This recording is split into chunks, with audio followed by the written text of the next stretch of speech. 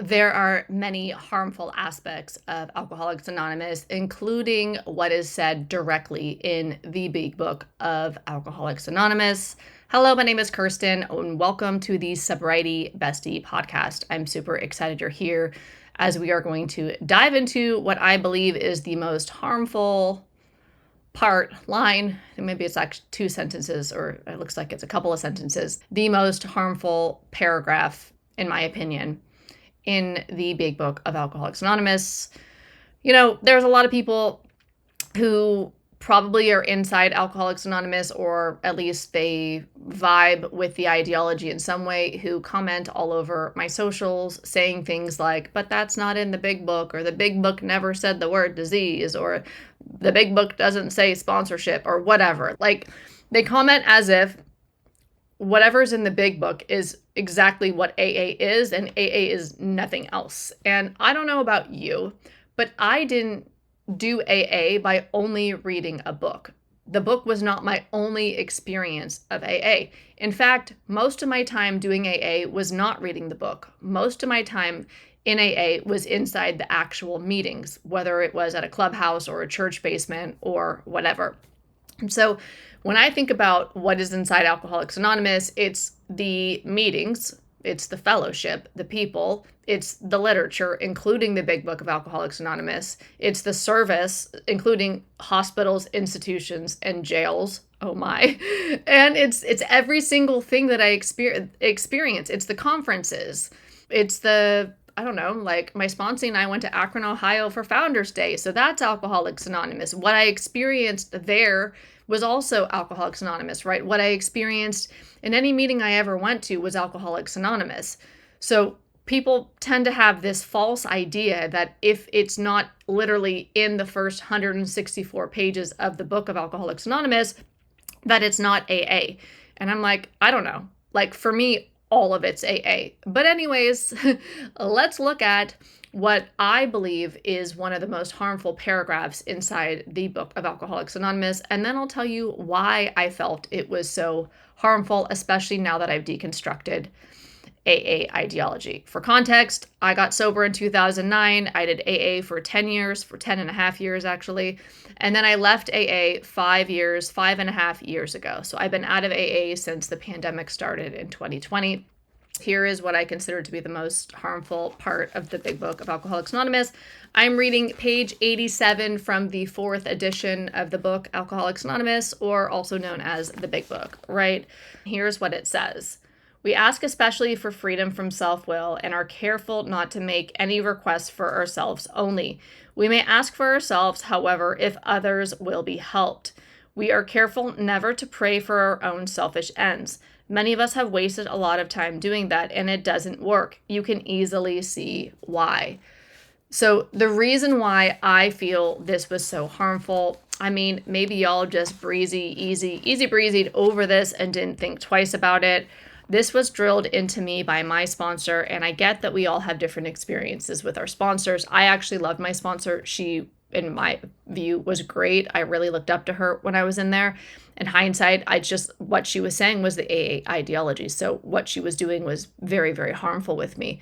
And then, of course, I turned around and was harmful with others when I sponsored them too, right? Not innocent in this. I did it. I did the thing. I sponsored people. I told people that this was how to stay sober, and they needed to believe all this baloney too. But the reason why I feel like this passage is incredibly harmful is because it taught me in my own mind, it disabled my go get it and desire and my achiever and my ability to go out and pursue something and to make things happen. That's what it disabled. Now, it didn't disable it completely. I was still having dreams and doing them, but I was doing it this way, where it said, we are careful never to pray for our own selfish ends. So I was seeking from my so-called higher power direction of how I should live my life, what action I should take, and what I should do. So instead of just knowing that I wanted something because I just wanted it, because my heart just wants it, or the way that we know that we desire things, whether it is a career or whether it is a book to read or whatever it is, right? I would pause and pray, and then I would wait for direction or guidance. And it just made me move slower in things. It also made me not trust myself. It also made me codependent on my sponsor, who was quite often telling me like what to do, and a lot of what she would tell me to what to do wasn't like date this person or don't date them or get this job or don't get this job. She wasn't saying things like that. I never would have been around somebody that was that overtly controlling. The control was more subtle. It was through the AA ideology. The control was like, you need to run that by your higher power. So what is that doing to me? It's damaging or disabling my ability to trust myself, to make a decision for myself from my own power, from my own intellect, from my own instincts, intuition, however the frick I want to make the decision, and to move forward in areas of my life, to speed up the process, to do things more aligned with me. And so it made me feel like I could only direct my life in a way in which I was of maximum service to my fellows, with this line right here: we are careful never to pray for our own selfish ends. So I can only have things in life if I'm doing it to help others. So it was like this manipulation through service where I'm disabling my own desires because I have to line up my life with serving other people. Now, I like serving other people. I like doing things for people. I have a YouTube channel and a podcast, right? I like helping people. I do, just naturally who I am. But it's not helpful to have me in my thinking to wire my brain in a way where I am not like allowed to actually just go get something and want something for myself, including if nobody else is going to be helped by it. Like that's not normal. Like, so I don't know if this vibes with you. I've talked about this once before in another video about how I feel like AA disabled my my go get it spirit unless I felt like it was what my higher power wanted and somebody else was going to be helped.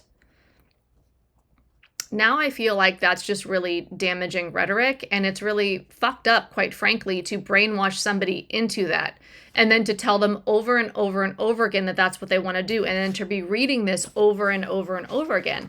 Because so this is on page 87, and I was told to read this. Step 10 is on page 84, I was told, and I was told every night I have to read page 86 when you retire at night, and every morning on awakening, let us think about it 24 hours ahead. And I'm supposed to read that. So I'm told that I need to do this. This is my daily practice, right? Is reading this line that I can never want for myself unless somebody else is to be helped. So it's literally changing through the repetition, the function and the structure of my brain so that I'm no longer like having this agency. My agency is being stripped out of me through my daily reading of this book that is quite debilitating.